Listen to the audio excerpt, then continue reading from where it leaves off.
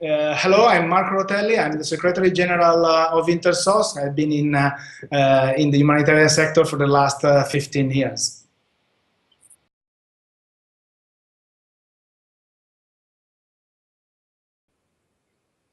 You know, today we are witnessing a growing complexity of the world. There are conflicts that are harsher. Civilians are more and more involved in the conflicts, and the victims of the conflict itself.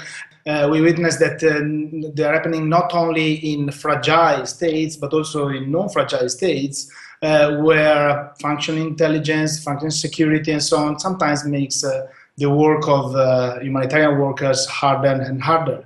All the issues of manipulation of aid, the diversion of aid, aid going to unintended persons, or even fueling somehow the warfare are matter of concern. So this is exactly the right moment when to think more deeply the humanitarian action, how to preserve it, and how to support the humanitarian aid workers and organizations to fulfill their mandate.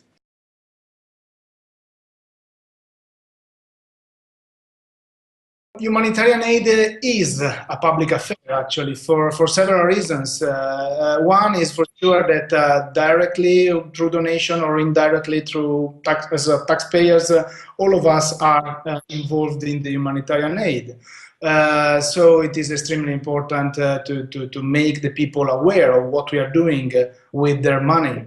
Secondly, probably is the most important, I think, the humanitarian action, sort of compelling human action. I mean, each of us are interested in supporting the others when they are in sufferance and needy, but also we may think that we may be the object, the people to be supported one day. So it is something, is an interchange between humans, which is absolutely natural. There is a lot of money being used by the humanitarian organization in this moment, being the UN, the NGOs, the civil society, and so on. And this is absolutely right that there is more accountability, and the humanitarian actors work in a very transparent manner in order to, to respond to the answer to the global community.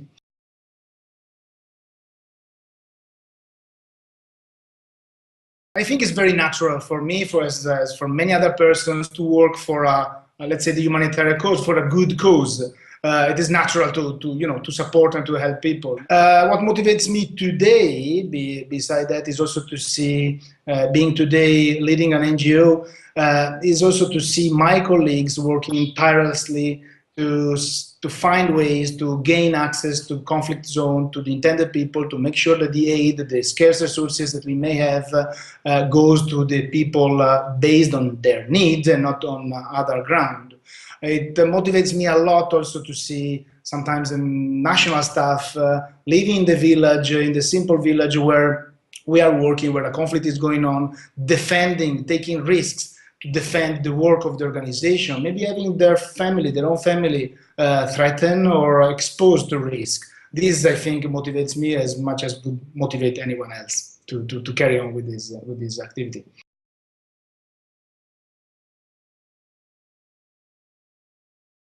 Individual and professional, there are two extremely complex aspects of today's humanitarian action and sector. I think as an individual, let's say alone, you can achieve very little. If you think, or one think at the professionalism as a bulk of technical skills and qualification, that's fine, they're necessary, but it's not everything. I mean, we were talking about motivation. I mean, there's a lot of passion, a lot of enthusiasm you need to put, and energy you need to put beside, of course, all the technical skills you need. So the three things goes together. I think you need to work in a group to make sure that you may be one of the individual leading a group, so being a driver of the other's energy, so to trigger others' energy too.